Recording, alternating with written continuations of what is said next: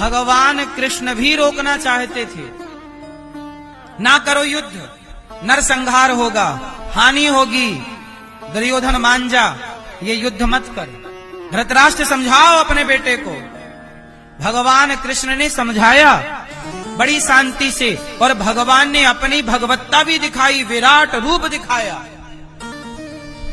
धृतराष्ट्र को आंखें देकर दिखाया कि हमें देखो, पर भगवान श्री कृष्ण की बात किसी ने नहीं सुनी।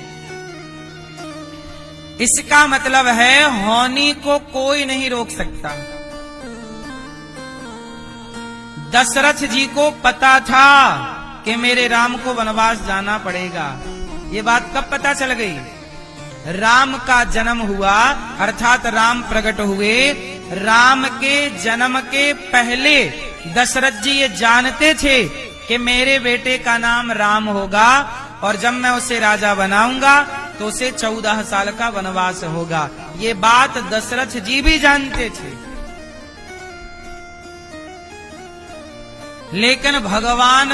लेकिन होनी को दशरथ जी भी। इसका मतलब ये है मेरी मां कि जो हो रहा है उसे कोई रोक नहीं सकता। इसलिए जो हो रहा है आप ये समझो कि वह ईश्वर की मर्जी से हो रहा। आप अच्छे काम करते रहिए, आप सही के साथ रहिए, और जो हो रहा है उसे देखिए, रोकिए, समझाइए, रोकने का प्रयास करिए। भगवान कृष्ण ने प्रयास तो किया। आप लड़ोगे दो जन तो मैं रोकने का प्रयास करूंगा कि भाई मत लड़ो, इससे नुकसान होगा, पर आप नहीं रोके और लड़े तो ये होनी है, इसे मैं रोक सकता हूं, मैं कुछ कर नहीं सकता। आपके दो बेटे हैं और दोनों आपस में लड़ते हैं, बाप समझा सकता है, लेकिन बाप को पता चल जाता है कि ये लड़ रहे हैं, इनसे दोनों का नुकसान होगा। लेकिन बाप जानकर भी कर क्या सकता है? समझा ही सकता है, बीच बचाव कर सकता है। बाकी अब जो होना है उसे पिता भी नहीं रोक सकता, क्योंकि होनी की चाबी किसी और के हाथ में है। तुम पुतले हो, नाच रहे हो कुछ और रहा है। इसलिए जो हो रहा है उसे स्वीकार कीजिए। जन्म हो रहा है, स्वीकार कीजिए। किसी की मृत्यु हो रही है, स्वीकार कीजिए, करना पड़ेगा, आपके हाथ में कुछ नहीं है। इसलिए विधि के विधान में प्रसन्न रहना भी भक्ति है। जो हो रहा है ना मेरी माँ, वो किसकी मर्जी है? मैया क्या बोलती तू? किसकी इच्छा है? हानि तो होके रहे, अनहोनी ना होए, और जाको राखें राम जी, मार सके ना। हाँ मेरी मां, इसलिए कहता हूं कि आप समझाते रहिए, अच्छे रास्ते पर चलते रहिए, पर जो हो रहा है टेंशन मत लीजिए, वो होके रहेगा। क्योंकि दुर्योधन जैसे लोगों का मरना जरूरी है। अच्छा, दुर्योधन जैसे लोगों का जिंदा रहना जरूरी है कि मरना जरूरी है? आप बताओ भैया, आप बताओ। ये दादा हमारे भैया बताएंगे। दुर्योधन का जिंदा रहना या मरना क्या जरूरी है? हैं? मरना क्यों जरूरी है? अच्छा, गुरु द्रोणाचार्य का जिंदा रहना जरूरी है कि मरना? भीष्म पितामह का जिंदा रहना जरूरी है कि मरना? दानवीर कर्ण का जिंदा रहना जरूरी है कि मरना? बोलो बोलो। इन सब का मरना जरूरी है।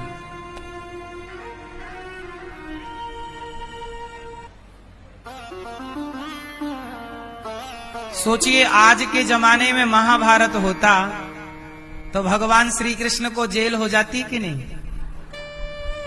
अर्जुन को जेल होती कि नहीं? इतने मर्डर के केस लग जाते ना।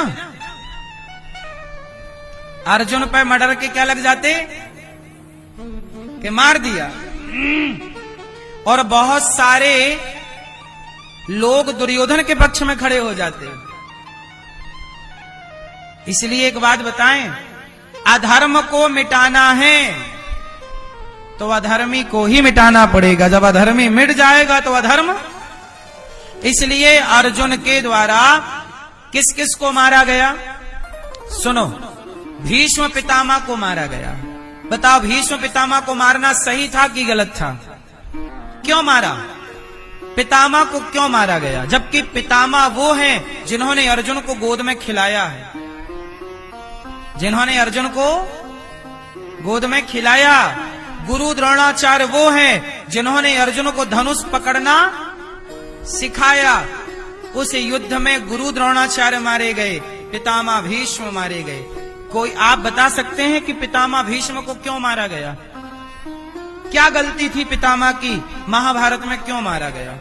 ये भैया बताएंगे सफेद शर्ट वाले। पितामह भीष्म की क्या गलती थी? क्यों मारा गया है? अधर्म का साथ दिया। चलो ठीक है, अधर्म का साथ कैसे दिया? सिद्ध करिए।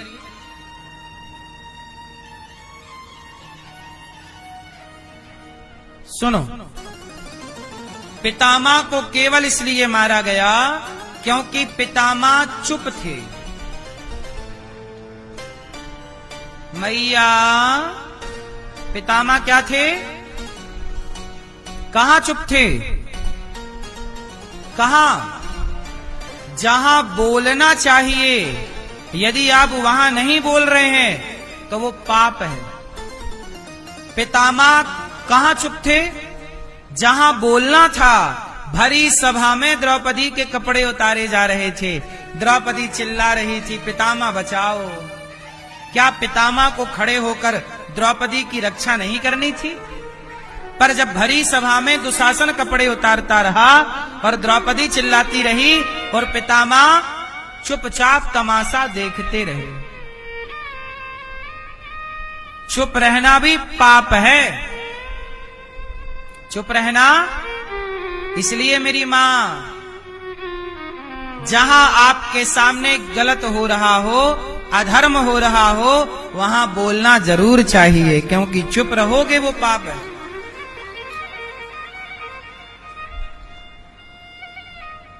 चुप रहना क्या है? पाप। पितामह को बाणों की सैया केवल इसलिए मिली, चुप थे।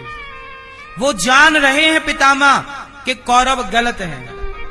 पितामह को पता है ना। अच्छा बताइए, जो आदमी भरी सभा में एक महिला के कपड़े उतार रहा हो, वो आदमी सही है कि गलत है? गलत है ना। लेकिन उस गलत दुशासन, उस गलत दुर्योधन का साथ पितामह ने दिया कि नहीं? गलत का साथ देने वाला भी गलत है। इसलिए कहता हूं मेरी मां, जो शराब पी रहे हैं, जो गलत कर रहे हैं, ऐसे गलत लोगों के साथ ना रहा करिए, क्योंकि आप गलत का साथ देंगे तो गलत का साथ देने से आप भी गलत हो जाएंगे। शराबी का संग करोगे, आप भी शराब पीने लग जाओगे। जुआड़ी का संग करोगे, आप भी जुआ खेलने लग जाओगे। आप गंजेड़ी का संग करोगे, आप भी गांजा पीने लग जाओगे। और आप किसी भक्त का संग करो, आप भी भक्त बन जाओगे। इसलिए संगत से गुण आते हैं, संगत से गुण जाएं। संगत आपको गुणवान भी बना सकती है और संगत आपको नीचे गिरा सकती है। कैकेयी माता ने किसकी संगत कर ली? बोलो, किसकी? मंथरा। कैकेयी माता के पास मंथरा आई। मंथरा बोली, कैकेयी राम राजा बन जाएगा और जिस दिन राम राजा बनेगा तेरे बेटे भरत को मरवा देगा। कौन बोल रहा है? कैकेयी, वो मंथरा बोल रही है। किससे? कैकेयी क्या बोल रही है? कि राम राजा बनके तेरे बेटे भरत को मरवा देगा, तेरे भरत से झाड़ू लगवाएगा, कुछ ना होगा, राम राजा बन जाएगा। कौशल्या महारानी हो जाएगी और तू झाड़ू लगाएगी। और ये सब ऐसे भड़काया मंथरा ने कि कैकेयी मंथरा की बातों में अच्छा, पहले कैकेयी ने विरोध किया, ए मंथरा क्या बकबक कर रही है? राम तो योग्य है, बड़ा बेटा है, राजा वही बनेगा, धर्मवान है, नीतिवान है, और राम मेरे से बहुत प्यार करता है। राम कौशल्या के पास नहीं रहता, राम कैकेयी के पास रहता है। सच बताएं, राम को ज्यादा प्रेम कैकेयी करती थी, और राम भी कैकेयी माँ को ज्यादा प्रेम करते थे। राम जी कौशल्या माँ का दूध कम पिए हैं, राम जी कैकेयी माँ का दूध ज्यादा पिए हैं। राम कौशल्या माँ के साथ नहीं सोते, राम कैकेयी माता के साथ सोते हैं। बोलो हाँ, राम को कैकेयी माँ ज्यादा लाड़ लड़ाती है। भरत से ज्यादा प्यार कैकेयी राम को करती हैं।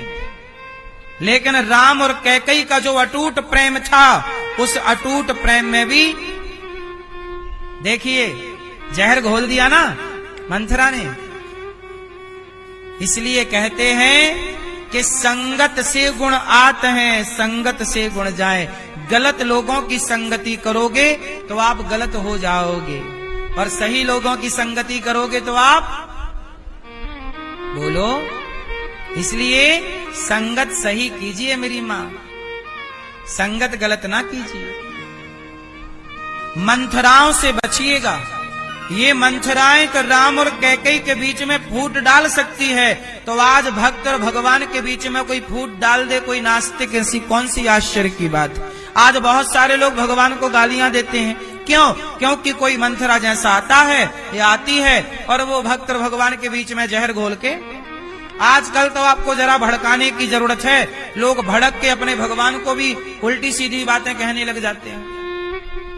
अभी कुछ दिन पहले नहीं सुना आप लोगों ने, टीवी चैनल पर बैठ के कुछ न्यूज चैनलों ने संतों के खिलाफ भड़काया, तो जनता ने संतों को गालियां देना स्टार्ट कर दिया।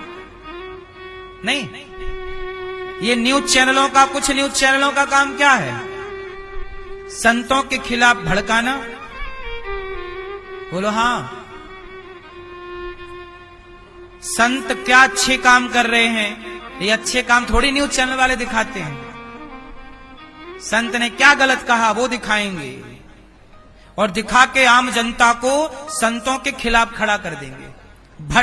पहले जो काम मंथरा करती थी, पहले जो काम शकुनी करता था, वो काम आजकल कुछ मीडिया ने संभाल रखा है। ये बात सही है कि गलत है? संतों को आपस में संतों को लड़ाने का काम किसने किया था? बोलो। ये कौन है? ये आज के जयचंद हैं, ये आज के शकुनी हैं, या नहीं? आप लोग समझ नहीं पाते। अभी देखो, एक न्यूज चैनल के एक एंकर ने एक संत जी से सवाल किया, दूसरे संत के खिलाफ बात कहवा दी, और संतों में आपस में क्या हो गई? लड़ाई। अब संतों को लड़ा के वो न्यूज वाले ताली बजा रहे, तमाशा देख रहे हैं, और आपस में हम लोग लड़ रहे हैं। ये न्यूज चैनल ऐसे कभी मुसलमानों को नहीं लड़ाते, उनके मौलवियों को नहीं लड़ा सकते, क्योंकि मौलवी ना संगठित हैं। हम सनातनी लोग संगठित नहीं हैं। हमें तो कोई भी लड़ा सकता है। अंग्रेज आए, हिंदुओं को आपस में लड़ाया, फूट डालो, शासन करो, आप लड़ते गए, और इस लड़ाई के चक्कर में तुम्हारी सोने की चिड़िया उड़ के फुर्र से ब्रिटेन चली गई, लंदन चली गई। सोने की चिड़िया उड़ के कहां चली गई? लंदन चली गई। और तुम आपस में अंग्रेजों ने क्या किया? लड़ाया, और आप लड़ते रहे, कहते रहे मैं ब्राह्मण, मैं क्षत्रिय, मैं वैश्य, आपस में लड़े, और लड़ करके भारत सोने की चिड़िया था, लुट गया सोना। बोलो हाँ, और लड़ लो, तुम्हें तो मजा आता लड़ने में। और कुछ पत्रकार, कुछ न्यूज चैनल लड़ाते हैं, और आज भी लड़ रहे। वही हाल आज भी तुम सुधरे नहीं हो। वो तो अच्छा अंग्रेज भाग गए, अभी भी अंग्रेज आ जाए तो तुम आज भी लड़ने को तैयार हो, आज भी तुम लड़ ही रहे हो। ये लड़ाई सनातन की जब तक रहेगी तब तक सनातन का ह्रास होता रहेगा, और जिस दिन सनातनी संगठित हो गए ना, क्या मजाल तुम्हारी तरफ कोई आंख उठाकर देख ले। सनातनियों को संगठित होने की जरूरत है। सुनो, सनातनी संगठित नहीं था, तो कश्मीर से सनातनियों को खदेड़ा गया कि नहीं? आज के 30-40 साल पहले बोलो हाँ कि ना? कहां से खदेड़ा गया था? कश्मीर से खड़ेदा क्या हुआ? हाँ, खदेड़ दिए। किसने खदेड़ा?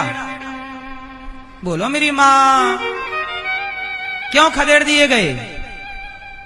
क्योंकि आप संगठित बोलो नहीं थे, नहीं थे, नहीं हो। आगे बता नहीं कब तक नहीं रहोगे संगठित।